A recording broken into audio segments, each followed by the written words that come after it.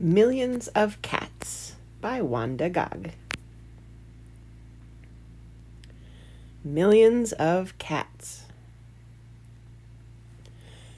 Once upon a time, there was a very old man and a very old woman. They lived in a nice clean house which had flowers all around it, except where the door was. But they couldn't be happy because they were so very lonely. "If only we had a cat," sighed the very old woman. "A cat?" asked the very old man. "Yes, a sweet little fluffy cat," said the very old woman. "I will get you a cat, my dear," said the very old man. And he set out over the hills to look for one. He climbed over the sunny hills. He trudged through the cool valleys. He walked a long, long time, and at last he came to a hill which was quite covered with cats. Hundreds of cats, thousands of cats, millions and billions and trillions of cats. Whoops, I skipped some. Cats here, cats there, cats and kittens everywhere. Hundreds of cats, thousands of cats, millions and billions and trillions of cats. "Oh," cried the old man joyfully, "now I can choose the prettiest cat and take it home with me." So he chose one. It was white. But just as he was about to leave, he saw another one, all black and white, and it seemed just as pretty as the first. So he took this one also. But then he saw a fuzzy gray kitten way over here, which was every bit as pretty as the others, so he took it too. And now he saw one way down in a corner, which he thought too lovely to leave, so he took this too.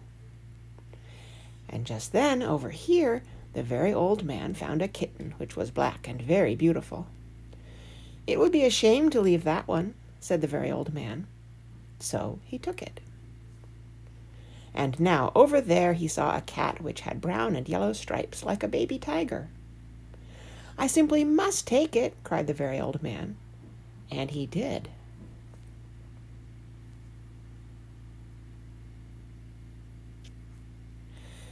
So it happened that every time the very old man looked up, he saw another cat which was so pretty he could not bear to leave it, and before he knew it, he had chosen them all. And so he went back over the sunny hills and down through the cool valleys to show all his pretty kittens to the very old woman. It was very funny to see those hundreds and thousands and millions and billions and trillions of cats following him.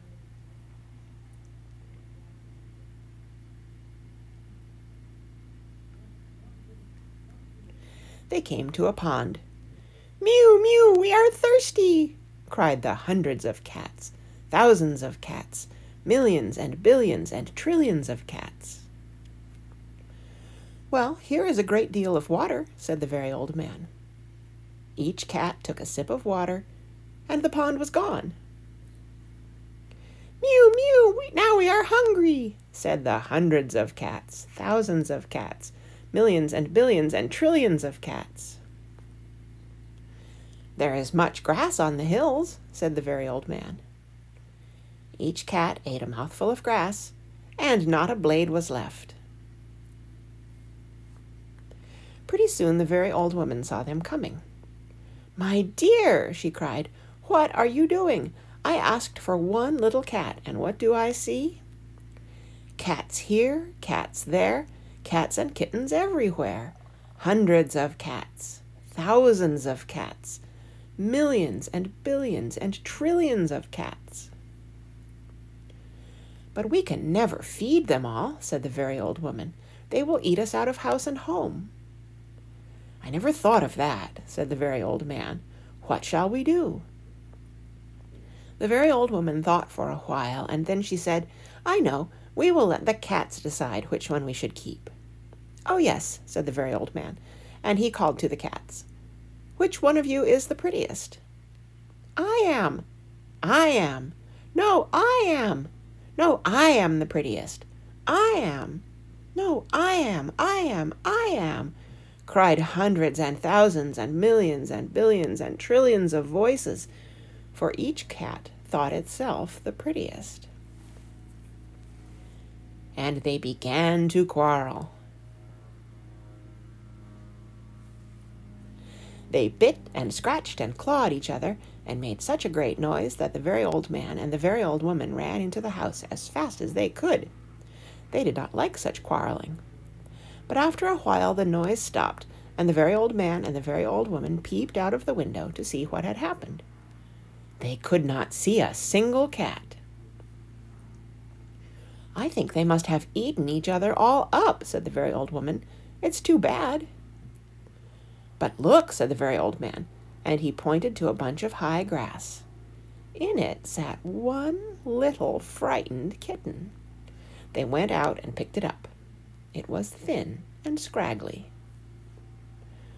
"Poor little kitty," said the very old woman. "Dear little kitty," said the very old man, "how does it happen that you were not eaten up with all these hundreds and thousands and millions and billions and trillions of cats?" "Oh, I'm just a very homely little cat," said the kitten. "So when you asked who was the prettiest, I didn't say anything. So nobody bothered about me." They took the kitten into the house, where the very old woman gave it a warm bath and brushed its fur until it was soft and shiny. Every day they gave it plenty of milk. And soon it grew nice and plump. "And it is a very pretty cat after all," said the very old woman. "It is the most beautiful cat in the whole world," said the very old man. "I ought to know, for I've seen hundreds of cats, thousands of cats, millions and billions and trillions of cats, and not one was as pretty as this one."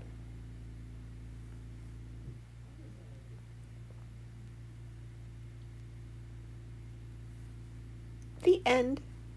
Read for you by Kara Schallenberg, www.kray.org, on December 27th, 2020. Merry Christmas, everybody.